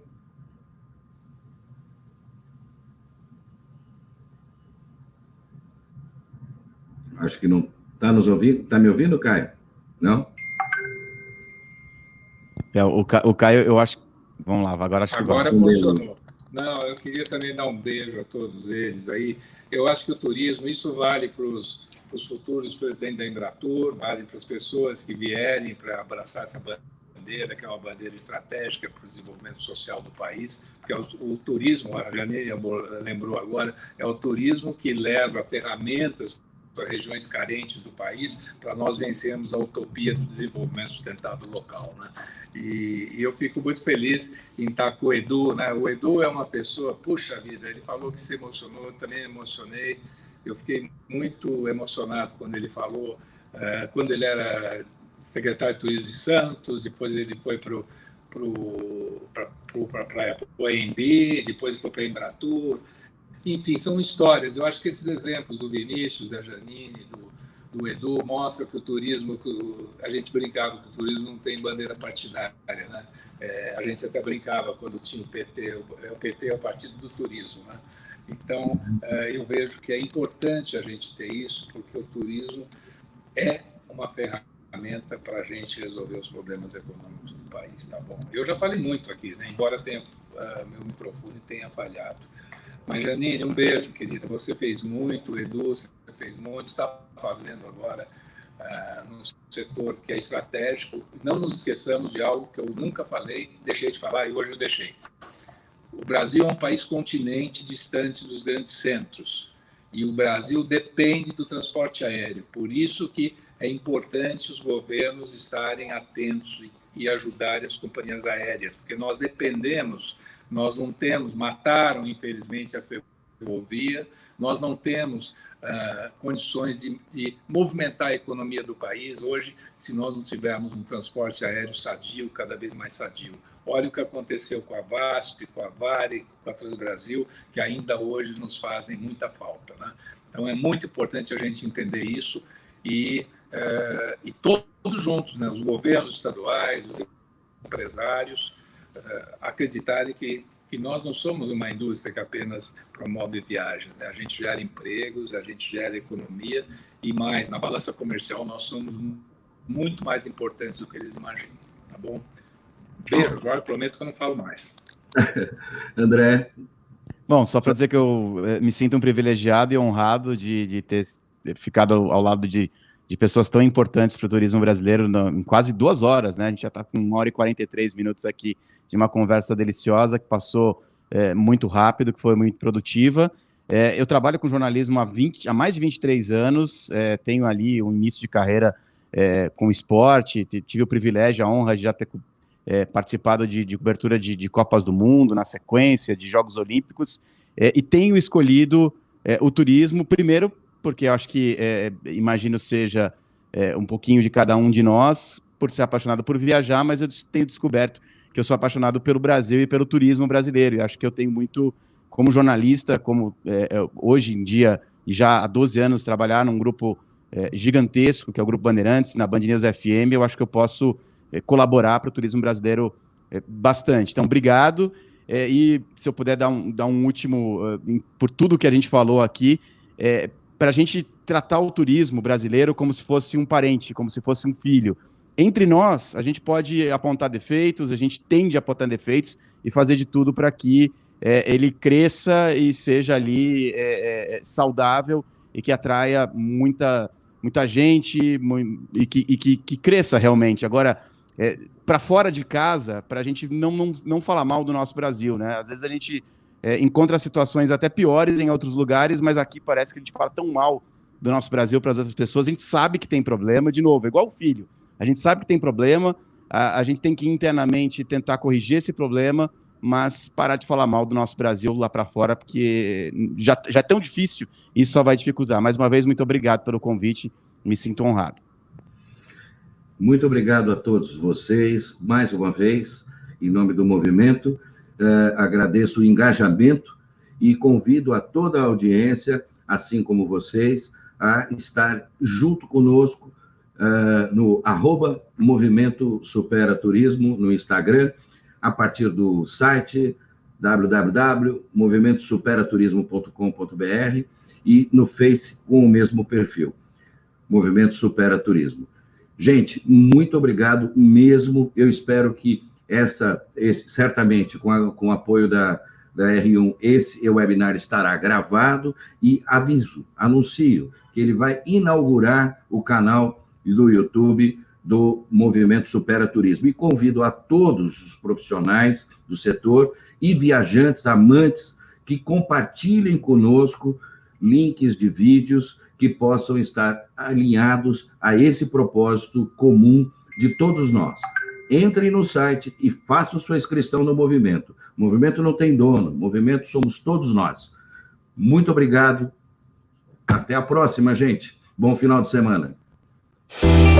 Ah, o Brasil. Belo por natureza, um dos países com maior diversidade de belezas naturais do mundo. Temos serras, praias, selvas, montanhas, chapadas, aventuras, culinária. Temos maravilhas do mundo. Somos muitos países dentro de um só país, com experiências incríveis e o povo mais hospitaleiro. De norte a sul, o turismo está em todos os estados. O Brasil tem potencial, tem vocação, tem paixão pelo turismo. Temos que enaltecer nossas qualidades. Vamos desbravar nosso Brasil com cuidado e segurança. Inspire-se e volte a planejar. Mantenha vivo seu desejo de viajar, voar, navegar, explorar, experimentar. Faça parte do Movimento Supera Turismo, a união de todos que amam viajar e amam o Brasil. Fale com seu agente de viagem. É o momento do Brasil ser o seu destino.